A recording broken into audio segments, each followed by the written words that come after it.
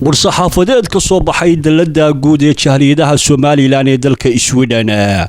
ayaa lagu sheegay in xuska maalinta 18 May ee sanadkan 2022 oo ku beegan sanad guuradii 11aad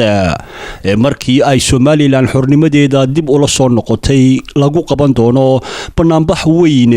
xarunta baarlamaanka ee dalkan Sweden horteeda war-saxaafadeedkan oo soo saaray xogayaha dalada guud ee jahliyadaha Soomaaliland ee dalka Sweden Master Ali Xasan ayaa kadib markii warqadda ogolaanshaha barnaamijkan loo soo ogolaaday oo ay soo dhameeyeen daladu waxa uu baaq u diray dhammaan bulshada reer Soomaaliland ee ku dhaqan guud ahaan dalka Sweden kaasoo inay ka soo qayb galaan barnaamijkan si ay u muujiyaan qiimaha maalintan isla markaana ay dalka Sweden iyo baarlamaankoodaba ay uga dalban lahaayeen inay aqoonsadaan dalka Soomaaliland war-saxaafadeedkan ayuu ku sheegay mudane Ali Xasan inay u gudbin doonaan baarlamaanka Sweden warqad ka socota jahliyada Soomaaliland ee dalka Sweden taasoo ay kaga dalbanayaan inay aqoonsadaan dalka Soomaaliland mudane Ali Xasan oo ku hadlayay afka qurba jooga ayaa sidoo kale baaq u diray dhammaan qurba jooga reer Soomaaliland ee caalamka oo dhan inay si weyn u muujiyaan qadiyada dalkooda isla markaana isugu soo baxaan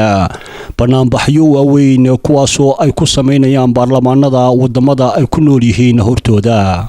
xafladda 18 May ee sanadkan loogu talagalay dalka Sweden oo laba qaybood u kala qaybsan ayaa war-saxaafadeedkan lagu sheegay in maalinta sabtida oo bishu ay tahay 21 habeennimadana ay dadka reer Soomaaliland oo dhan ay isugu iman doonaan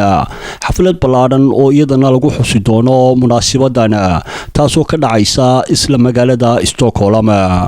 barnaamijkan waxa isaguna ka soo qayb gali doona safiirka Soomaaliland u fadhiya dalkan Sweden iyo waliba gudoomiyaha guud ee dalada jahliyadaha Soomaaliland ee wadankan Sweden iyo waliba mas'uuliyiin kale Barkhad Cabdilaahi Maxamed Home Cable TV dalka Sweden